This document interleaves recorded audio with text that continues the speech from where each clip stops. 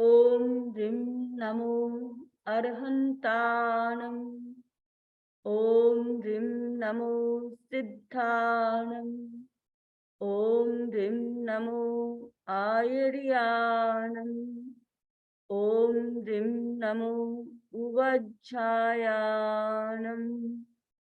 ओम ह्रीं नमो लोये सव्वसाहूणम्।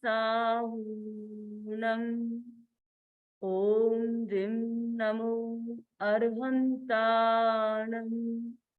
ओम ह्रीं नमो सिद्धाणम्। ओम ह्रीं नमो आयर्याणम्। ओम ह्रीं नमो उवज्झायाणम्। ओम ह्रीं नमो लोये सव्वसाहूणम्। ओम ह्रीं नमो अरहन्ताणम्। ओम ह्रीं नमो सिद्धाणम्। ओम ह्रीं नमो आयर्याणम्। ओम ह्रीं नमो उवज्झायाणम्। ओम ह्रीं नमो लोये सव्वसाहूणम्। एषो पंचनमुत्कारो सव्वपावपनाशनो मंगलानं च सव्येसिं पढमं हवै मंगलम्। पढमं हवै मंगलम्। गीतरा को प्रणाम, आराध्य को प्रणाम, बंधु बहनों। तत्वार्थ सूत्र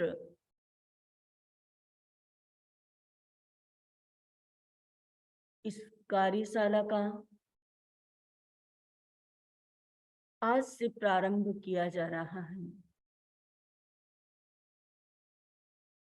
तत्वार्थ सूत्र यह संस्कृत भाषा में लिखा गया एक महनीय ग्रंथ है। तत्वार्थ सूत्र एक ऐसा समन्वयवादी ग्रंथ है जिसे जैन धर्म की दोनों परंपराएं दिगंबर व श्वेतांबर समान रूप से जिसे स्वीकार करती हैं, श्री छत्र के रूप में धारण करती हैं।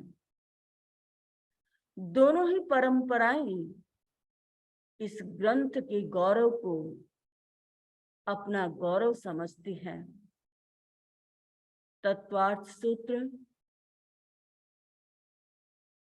10 अध्यायों में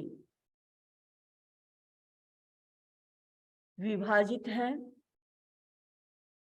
जिसमें ज्ञान, विज्ञान, भूगोल, जीव सारी चर्चाओं को विशेष रूप में किया गया है। तत्वार्थ सूत्र जिसके नाम से ये पता चलता है कि जिसके अंतर्गत सूत्रों का निर्माण किया गया है, और सूत्र हर चैप्टर के अलग अलग संख्या में हैं। दिगंबर श्वेतांबर 2 मान्यताओं के आधार पर भाष्य और टीका के आधार पर इनकी सूत्रों की संख्या हमें अलग अलग उपलब्ध होती है। जहां भाष्य के अनुसार इस तत्वार्थादिगम भाष्य, इसके आधार पर इसके सूत्र 344 होते हैं। वहीं टीका के आधार पर इस ग्रंथ के सूत्र 357 हो जाते हैं।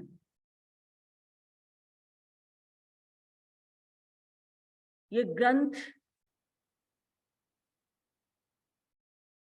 इस ग्रंथ की हिस्ट्री और इसकी रचना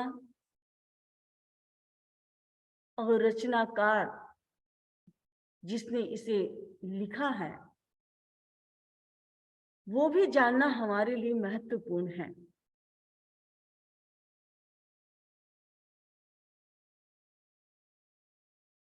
यह रचना दो नाम से हमें उपलब्ध होती है, तत्वार्थाधिगम भाष्य और तत्वार्थ सूत्र। वो एक ऐसा समय था जब न्यायिक में कणाद ने कणाद सूत्र लिखा, बौद्धों में सूत्र लिखे गए। उस समय लगता है उसी से प्रेरित होकर के हमारे महान आचार्य, जिन्होंने इसकी रचना की तत्वार्थ सूत्र के रूप में और उसका भाष्य भी आपने ही लिखा। हालांकि इस बात को लेकर के कुछ मतभेद हमें इतिहास में मिलते हैं, जहां पर यह माना जाता है कि तत्वार्थाधिगम सूत्र के राइटर और तत्वार्थ सूत्र के राइटर दोनों एक नहीं हैं। किंतु पंडित सुखलाल जी ने, जो प्रज्ञा चक्षु थे, उन्होंने लिखा है कि तत्वार्थ सूत्र, तत्वार्थाधिगम सूत्र के अंदर जो लास्ट में प्रशस्ति लिखी गई है, जो आचार्य उमा स्वाति ने खुद ने लिखी है, उसके आधार पर यह ज्ञात होता है कि इन दोनों के राइटर एक ही व्यक्ति हैं, अलग अलग नहीं हैं। लेकिन दिगंबर परंपरा में इन दोनों को अलग अलग माना गया है। तत्वार्थ सूत्र के राइटर गिद्ध पिच्छ को माना जाता है और तत्वार्थाधिगम भाष्य के राइटर उमा स्वामी को माना जाता है। हम आगे देखेंगे। अब प्रश्न ये कि किस समय में ये लिखा गया। पंडित दल सुखलाल जी के अनुसार ये ग्रंथ जो लिखा गया वे वीर निर्वाण की 5वीं शताब्दी और विक्रम की प्रथम शताब्दी में लिखा गया, अगर प्राचीन माना जाए तो। और अगर उससे पहले का अर्वाचीन माना जाए तो वीर निर्वाण की 8वीं 9वीं शताब्दी में लिखा गया और विक्रम की 3री 4थी शताब्दी होती है। लेकिन कुछ लोगों की मान्यता है कि यह ग्रंथ विक्रम की 2री शताब्दी में लिखा गया, ऐसा माना जाता है। अगर हम इस दृष्टि से चिंतन करें तो ऐसा लगता है इस ग्रंथ के राइटर जिन्होंने इस ग्रंथ को लिखा है वो विक्रम की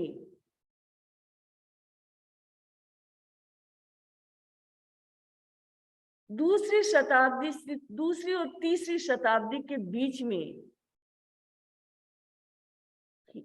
हो सकता है उन्होंने इस ग्रंथ को लिखा हो।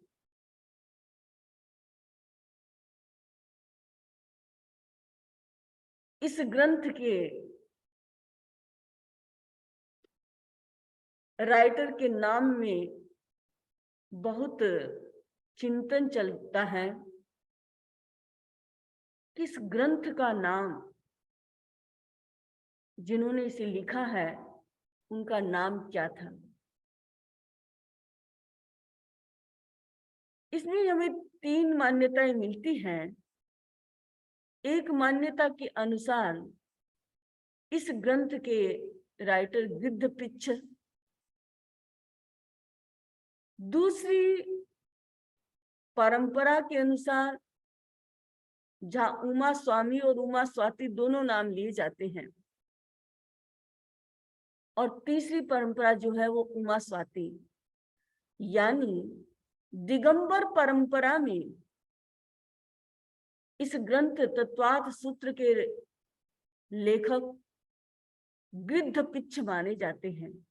उनके अपने हेतु हैं, क्योंकि ऐसा माना जाता है कि तत्वार्थ सूत्र पर, तत्वार्थाधिगम सूत्र पर जो भाष्य टीका लिखी गई, सर्वार्थ सिद्धि, उस टीका में ये सिद्ध होता है कि इस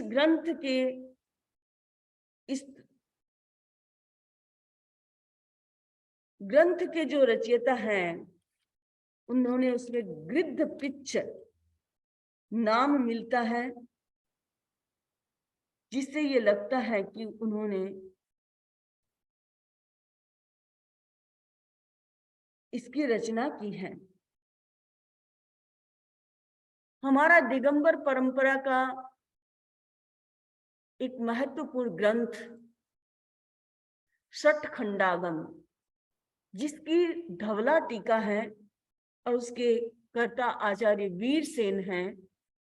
आचार्य वीरसेन महाराज ने भी यही सिद्ध किया है कि इसके रचयिता गिद्धपिच्छ हैं। आचार्य विद्यानंदी जो 7वीं शताब्दी के हैं, उन्होंने भी तत्वार्थ सूत्र पर टीका लिखी, तत्वार्थ श्लोक वार्तिक नाम से, जो आज भी मिलती है। इसमें भी उन्होंने गिद्धपिच्छ आचार्य का नाम सिद्ध किया है। एक हमारे बहुत ही प्रसिद्ध मुनिराज हुए हैं वादिराज, और उन्होंने अनेक ग्रंथों की रचनाएं की हैं। उनका एक स्तोत्र है, अनेक स्तोत्र लिखे हैं, जिनमें एक स्तोत्र है एकी भाव स्तोत्र, उसमें भी उन्होंने गिद्धपिच्छ नाम को सिद्ध की लिखा है। तो इन सारी बातों से ऐसा लगता है उनके अनुसार कि तत्वार्थ सूत्र के जो कर्ता लेखक जो हैं, वो आचार्य गिद्धपिच्छ हैं, और उन्हीं का नाम उमा स्वामी या उमा स्वाति रहा है, क्योंकि दिगंबर परंपरा में ये दोनों नाम प्रसिद्ध है, उमा स्वामी और उमा स्वाति। हो सकता है कि गिद्धपिच्छ उनका विशेषण रहा हो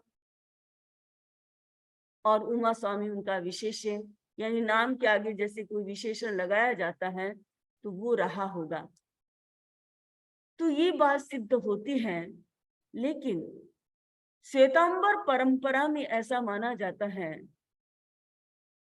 कि इस ग्रंथ के लेखक, उस प्रशस्ति के आधार पर अगर हम देखें तो उमा स्वाति ही हैं, उनकी ये मान्यता है। पर बंधुओं, ये सब हिस्ट्री की बातें हैं, आज भी खोजने का विषय है। पर एक बात सिद्ध होती है कि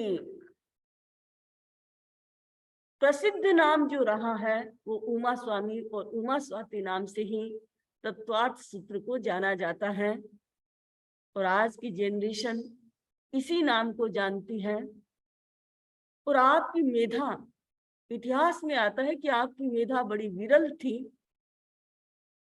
ब्राह्मण कुल में पैदा होने के कारण आपके पास संस्कृत का ज्ञान था, आप प्रकांड विद्वान थे संस्कृत के, और इसीलिए आप पर ये प्रभाव रहा। और ये संस्कृत में इतना सुंदर ग्रंथ जिसको सूत्र रूप में बद्ध किया, हमारे आगमों के गहन उनको अध्ययन था। मेधा बड़ी निर्मल थी। एक तत्वार्थ सूत्र ही नहीं, न जाने कितने ग्रंथों की रचना इन्होंने की है। बहुत सारे ग्रंथ आज भी उपलब्ध हैं। आपका जीवन ज्ञान साधना के साथ जुड़ा हुआ, साधना के साथ जुड़ा हुआ जीवन था। ज्ञान की गहरी पिपासा प्लस गहरी पकड़ थी ज्ञान की, जिससे आपने इतना महनीय ग्रंथ लिख दिया।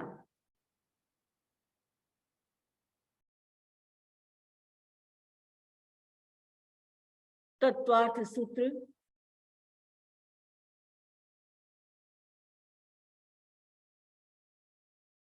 जिसकी रचना की गई,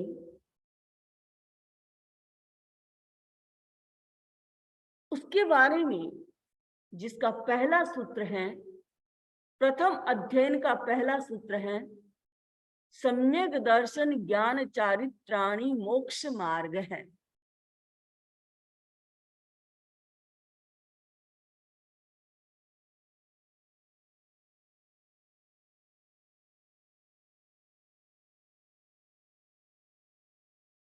प्रश्न हुआ कि इस ग्रंथ की रचना इस रूप में जो की गई, इसके पीछे कोई कारण रहा होगा। कहा जाता है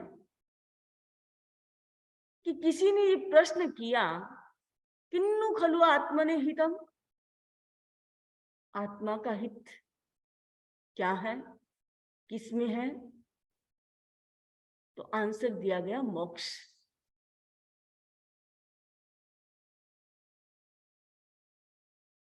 अब एक प्रश्न ये भी आता है, और इतिहास की घटना है,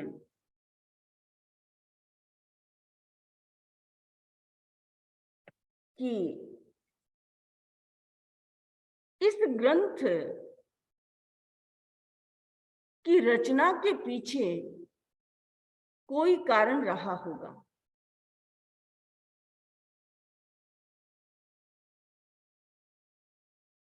कहा जाता है कि एक श्रावक ने अपने घर की दीवार पर ये लिख रखा था, दर्शन ज्ञान चारित्राणि मोक्ष मार्ग है। उसी दिन उसी के घर में एक मुनिराज भिक्षा के लिए आते हैं, और मुनिराज की दृष्टि उस लिखे हुए वाक्य पर जाती है। मुनिराज ने उस वाक्य को देखा, और देख करके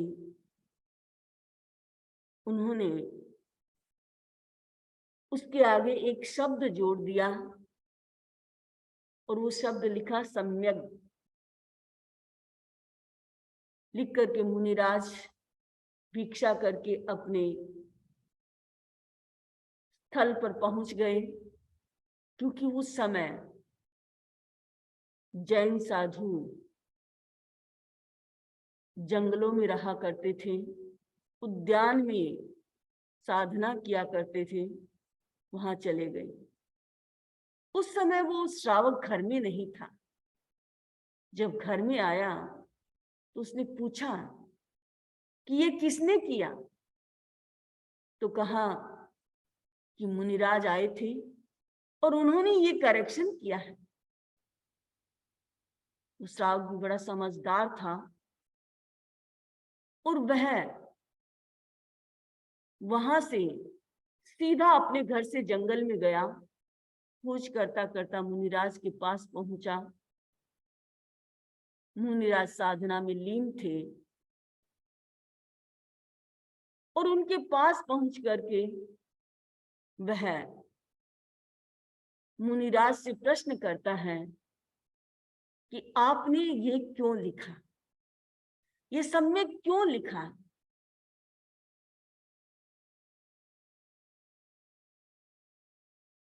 और मुनिराज ने अपने ग्रंथ का पहला सूत्र क्या बनाया? सम्यक दर्शन ज्ञान चारित्राणि मोक्ष मार्ग है।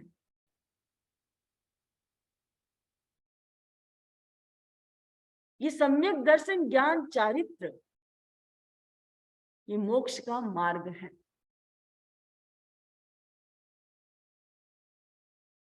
आत्मा का हित किसमें है? मोक्ष। तब दूसरा प्रश्न होता है कि मोक्ष से मार्ग है क्यों? मोक्ष का मार्ग क्या है? What is the path of solvation?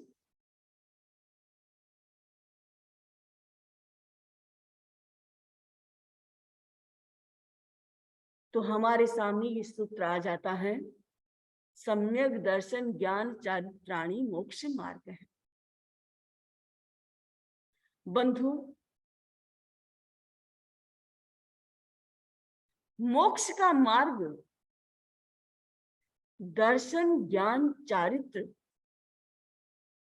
अलग अलग से नहीं कहा गया है कि दर्शन ज्ञान, दर्शन हो सकता है, ज्ञान हो सकता है, चारित्र हो सकता है। नहीं, तीनों एक साथ होते हैं, तीनों एक साथ हैं, ये पूर्ण मार्ग बनता है।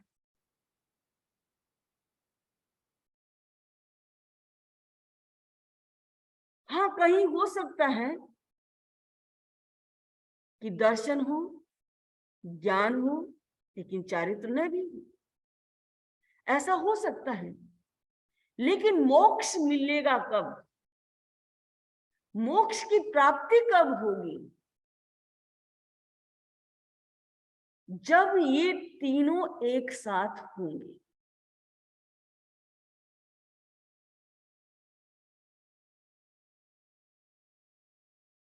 जब जीव को सम्यक प्राप्त होता है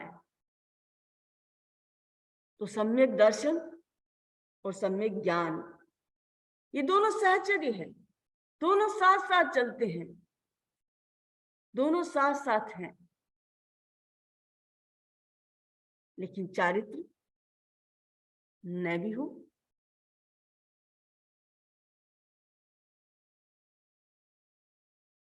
तो सम्यक दर्शन और ज्ञान दोनों साथ होते हैं कभी भी, क्योंकि दर्शन और ज्ञान में फर्क कितना है सामान्य और विशेष का।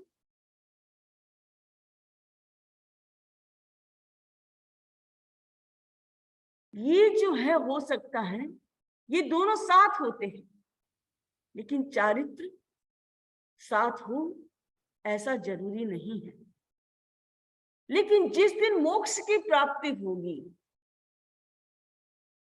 उस दिन संपूर्ण चारित्र साथ होगा, तभी होगा। अब एक बहुत बड़ा प्रश्न ये है कि इतने बड़े आचार्य, प्रभावशाली, मेधा वाले, हंस मनीषा वाले, उन्होंने पहला सूत्र ये क्यों बनाया? मोक्ष मार्ग की बात क्यों कही? मोक्ष की चर्चा क्यों नहीं की? क्योंकि जितने भी आस्तिक दार्शनिक हैं, उन सब में आत्मा, परमात्मा, कर्म, मोक्ष, निर्वाण, ईश्वर, इन सारी बातों की चर्चा होती है। मोक्ष की चर्चा सबने की है, क्योंकि हमें मोक्ष को भी जान लेना चाहिए। हम जैन हैं, हम जैन मोक्ष में विश्वास करते हैं, तो क्या अन्य दार्शनिक इसमें विश्वास नहीं करते? अन्य दार्शनिक भी विश्वास करते हैं।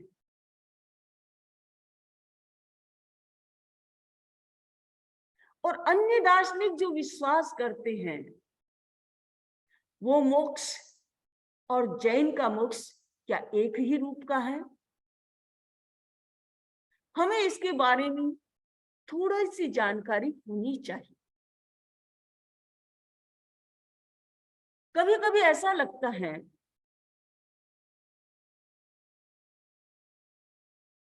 जब मैं पारमार्थिक शिक्षण संस्था में आई थी, उस समय मेरा एक ही लक्ष्य था, मुझे ध्यान साधना करना है,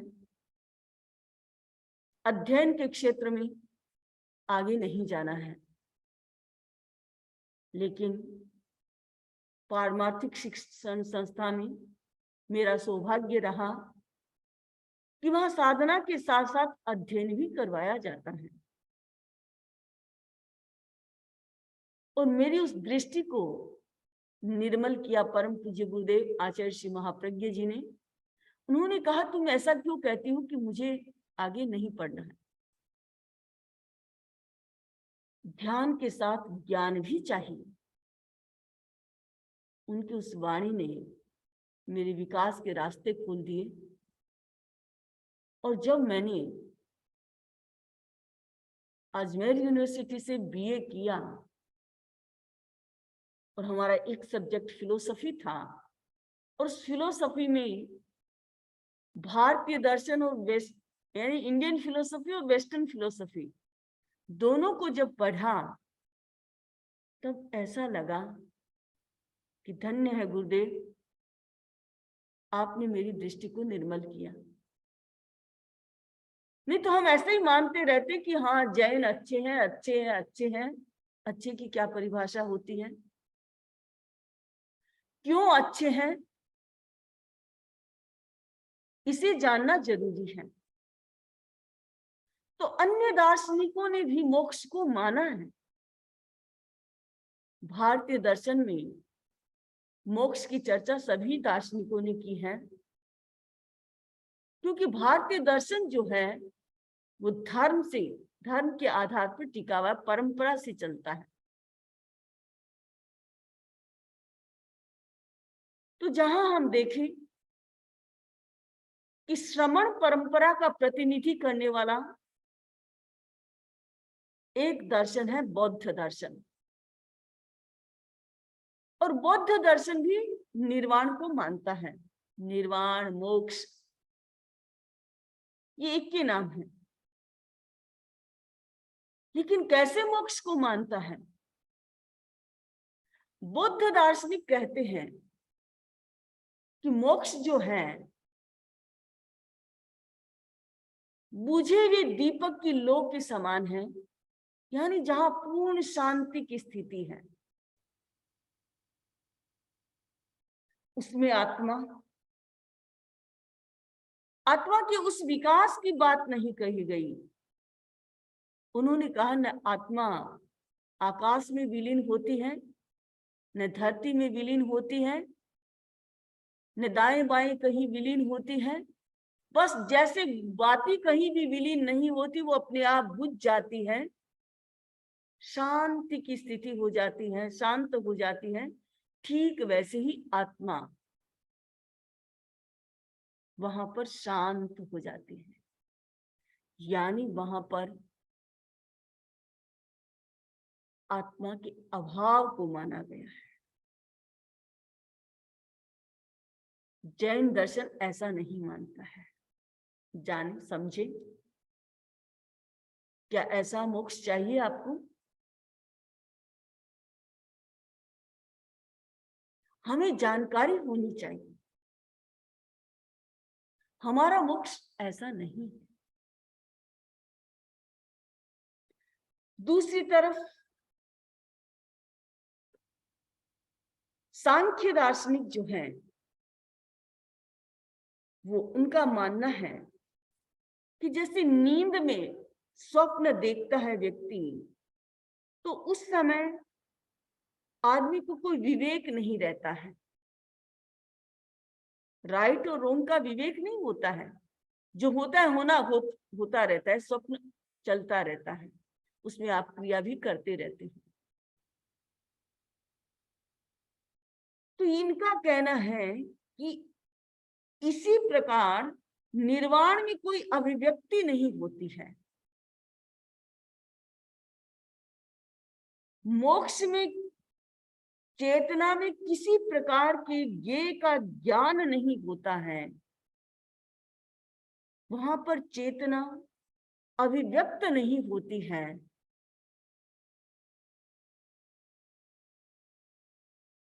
यानी वहां पर ज्ञान का अभाव माना गया है। और हम क्या मानते हैं मोक्ष में? अनंत ज्ञान। हम आत्मा को मानते हैं, हम अनंत ज्ञान को मानते हैं, लेकिन सांख्य दार्शनिक नहीं मानते। दूसरी तरफ वैशेषिक दार्शनिक जो हैं, वो भी आत्मा में वो चेतना के 9 गुण बताते हैं,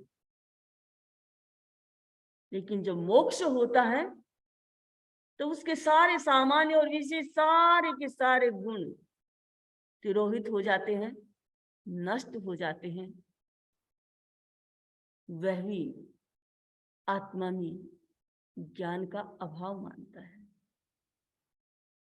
सुख का अभाव मानता है। और हम क्या मानते हैं? अनंत सुख। यानी हमारा जो मोक्ष जो है, जैन धर्म में जो मोक्ष की जो परिकल्पना है, वह मोक्ष अभावात्मक नहीं है, ज्ञान के नाश वाला नहीं है, सुख के नष्ट होने वाला नहीं है। वहां पर